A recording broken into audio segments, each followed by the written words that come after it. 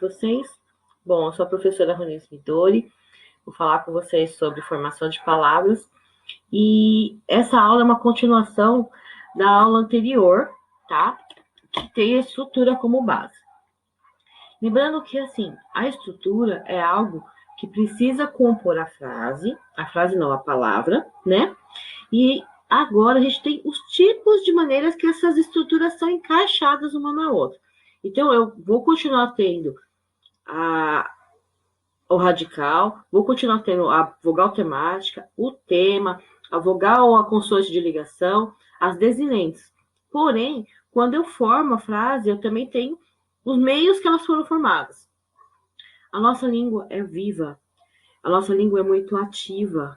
Vocês, jovens, crianças, jovens, né? Principalmente os mais ativos na internet, os mais ativos na área de comunicação, eles colocam em funcionamento algumas palavras. E essas palavras acabam fazendo parte do nosso cotidiano. Então, é essa formação que a gente vai trabalhar hoje, tá? Espero que vocês todos estejam muito bem e que possam aproveitar a nossa aula de hoje. Pega seu material e vamos nessa. Existem dois tipos de processos básicos na nossa formação. O que é um processo básico? É duas formas que eles são constituídos.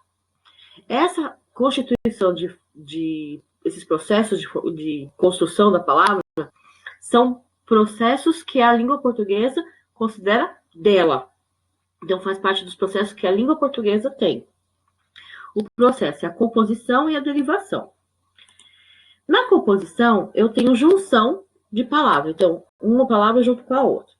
E ela pode ser por dois tipos também. Mas tem que lembrar que composição é junção, tá? Então, uma palavra com outra que eu vou juntar. Ela vai ser por aglutinação ou justaposição. Justaposição, como diz o nome, é um atrás do outro, justinho, sabe? Pertinho. E a aglutinação tem uma pequena diferença de som ou de escrita, tá? Então, assim, a justaposição é isso que eu falei para vocês. Uma palavra junto com a outra, em que foneticamente no som e no seu significado, as duas bases, que seriam as duas radicais. Então, uma palavra que se junta a outra, eu formo uma terceira palavra, que às vezes não precisa ter nenhum significado com essa daqui, mas essa palavra com essa juntou para fazer uma terceira. Então, é o caso de beija-flor. Beija é verbo de beijar, flor. Então, beijar a flor saiu a junção das duas, que dá o nome ao pássaro. Então, a terceira palavra, que é o beija-flor, ele tem um significado parecido, que é o passarinho que fica beijando a flor, né? Chega perto da flor. E ele foi montado através de palavras que fazem relação com a sua função. Mini saia, então são duas palavras bem certinhas, com a regra nova da ortografia, o S dobra em vez de usar o hífen, tá? Então é mini saia, criado mudo e passatempo, tá? Vê que passatempo é passar o tempo. As atividades de passatempo é aquela de recreação. Então, você pode ver que só juntou a palavra, colocou uma na frente da outra e é uma justaposição. A própria palavra justaposição é uma composição do mesmo tipo, justaposição, tá? Aglutinação são essas duas palavras que, quando eu coloco uma perto da outra, eu faço um encaixe para que ela fique perfeita. Nesse encaixe, tá vendo que alguma coisa some? Alguma coisa se modifica? Então, é isso aí. Eles têm uma junção, mas faz uma alteração, ou de semântica, ou de fonética. Na maioria das vezes, de fonética, tá? Então, olha só. Água mais ardente, água que arde, vai virar aguardente. Repara que o aguardente, ele fica com um som diferente. Não é mais água ardente aberta, é aguardente, fechado. Que é a nossa cachaça, tá? A cachaça do Brasil é aguardente. Ponta do pé. Eu tiro do pé, que é a questão semântica, que faz a ligação, para virar pontapé. Um pontapé quer dizer início, não é a ponta mais do pé. Mas o significado é parecido, ele lembra. E essa aqui é o mais legal, que eu acho que é na língua portuguesa, que a gente nunca para para pensar nesse significado, mas é legal a gente saber que é uma aglutinação. Em boa hora. Em boa hora, na junção das palavras, por aglutinação, virou embora, que é apesar, né? Entretanto. Então, essa é uma palavra de aglutinação. Você vê que ela tem o significado, ela mantém o meu significado, mas eu mudo as palavras para que essa terceira palavra venha com base naquela. Então, eu olho para alguma coisa e transformo numa terceira, tá? Formação no segundo processo. Então, eu tenho composição por aglutinação e justaposição, e agora eu tenho derivação. Derivação tem vários tipos de derivação, tá? A derivação tem a questão de colocar ou retirar algo da palavra para se formar essa nova palavra. Ela pode ser sufixal, com uso de sufixo, prefixal, uso de prefixo. Vocês lembram que sufixo é o que vai atrás e prefixo é o que vai na frente, do radical, né? A gente já viu isso lá na estrutura. Parasindética, quando tem os dois, tanto o sufixo quanto o prefixo. Então, a gente tem prefixo na frente, sufixo até junto, usa junto. A regressiva e a imprópria. Derivação sufixal. Uso de acréscimo, né, do sufixo. Então, eu tenho um radical e eu vou colocar um sufixo. Quando eu quero transformar em advérbio, eu coloco mente. Lembra que o adjetivo que coloca mente no final vira um advérbio? Então, é esse tipo de sufixação que a gente faz, tá? Aqui eu tenho caixa, que é o caixa, que é a radical. Inha, que é um sufixo, e ele vem do latim, que quer dizer menor, diminutivo. Então, virou caixinha, tá? O sufixo e o prefixo, eles têm base de outras palavras, tá? Então, vai ter grego, vai ter latino, vai ter romeno, vai ter o nosso próprio português, vai ter radicais de outras línguas, africana, indígena, não importa, tá? O que importa é que na frente, ela sozinha, ela não tem muito significado. Mas na frente, quando eu encaixo na frente é prefixo e quando eu encaixo depois é sufixo. Sozinha, ela não tem um significado definido, tá? Por exemplo, assim, eu não posso pegar a mente e falar, tudo que é mente é advérbio. Não posso falar isso, porque senão eu estaria falando que o verbo de mente também é. A palavra mente ou o verbo de mentir, que ele mente, né? Também é. Então, eu não posso afirmar que todos são. Porém, quando eu uso com outra palavra, eu transformo nisso. Então, sempre que o significado for encaixado junto, é um prefixo e um sufixo, e essa partezinha, ela tem um significado em conjunto, mas sozinho ela não significa nada.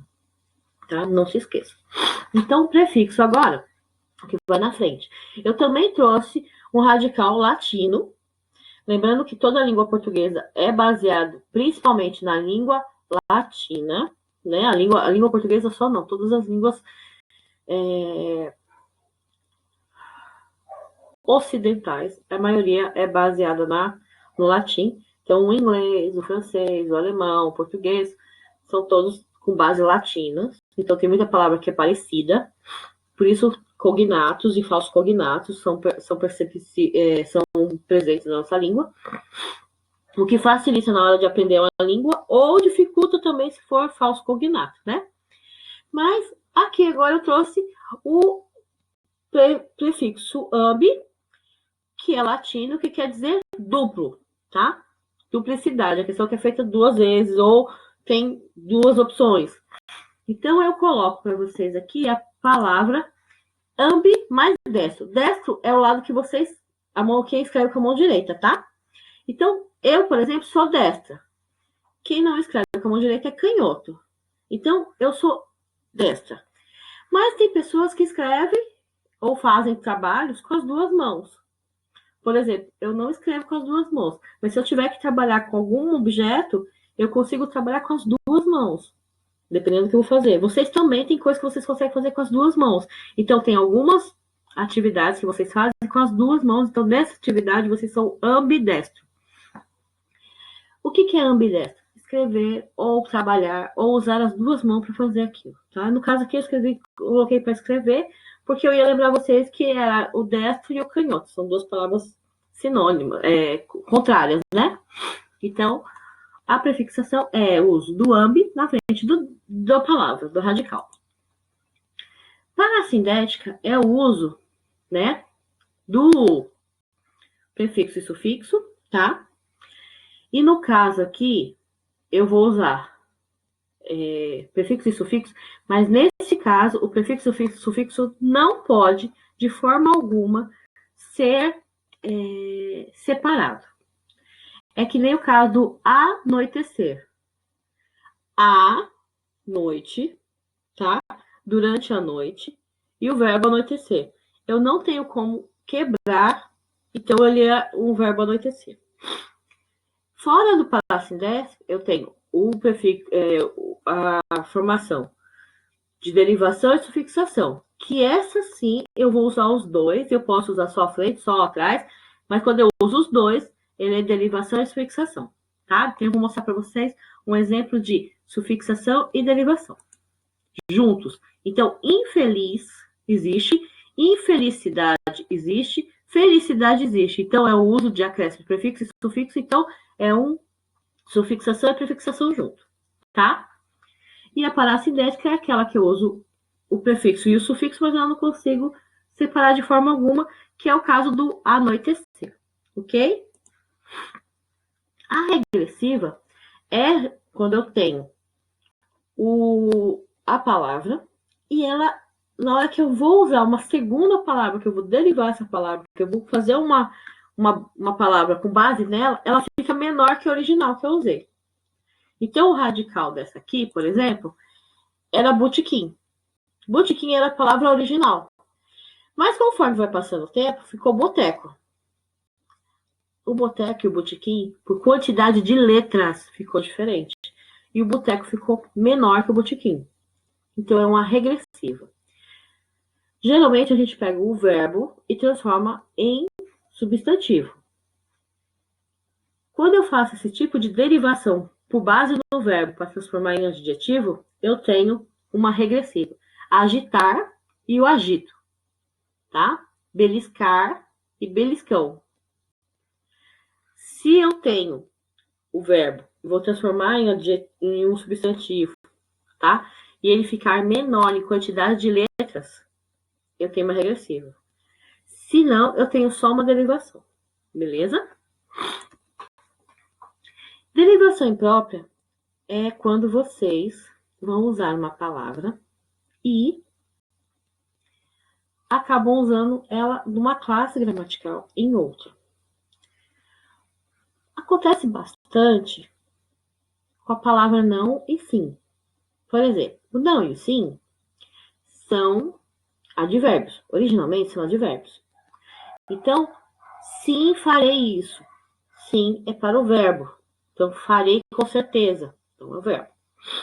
No entretanto, quando vocês falam assim, o sim da noiva foi tão emocionante, o sim não é mais um advérbio, é um substantivo. Por quê? Porque quando eu coloquei esse o na frente, eu transformei ele numa ação, num fato, né? Não é mais um advérbio, não tem mais a ver com a ação, mas tem com o substantivo. Ou assim, aquele momento que ela disse sim ao noivo. O outro caso que vocês usam é na hora das refeições. Vocês já pararam para pensar que vocês não usam mais jantar e almoçar como verbo, mas sim como substantivos que referem-se àquele momento da refeição, naquele período de tempo?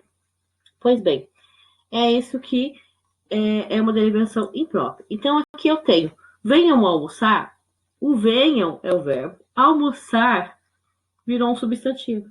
Então, na originalidade, ele era um verbo, mas ele depois passou a ser substantivo, então eu estou usando ele de maneira imprópria Na verdade, não seria imprópria a palavra que eu usaria, seria a derivação emprestada. Então, eu estou usando de modo diferente do original, tá? Por isso ela é imprópria. O outro é não fale alto. Alto geralmente é adjetivo, certo? Então, o alto de adjetivo passa a advérbio. É a forma como ele está falando. Então, eu estou usando algo que não está mais no adjetivo, que é o jeito original, para ser o advérbio, tá bom? Na próxima aula, nós vamos estudar neologismo, hibridismo, sincronimização, estrangeirismo e abreviação. Tem tarefa no portal para vocês. Vocês vão poder treinar esse sufixo, prefixo, a parasindética, a derivação e fixação, tá? E vão poder ter bastante prática nessa formação de palavra, tá? Lembrando que as tarefas devem ser feitas conforme as orientações que estão lá e tem sempre atividade também no Classroom ou no portal. Só procurar direitinho. Outra coisa, não conseguiu fazer, procura pela professora, deixa recadinho, tá? Não fiquem em dúvida. Um beijo para vocês e até a próxima aula.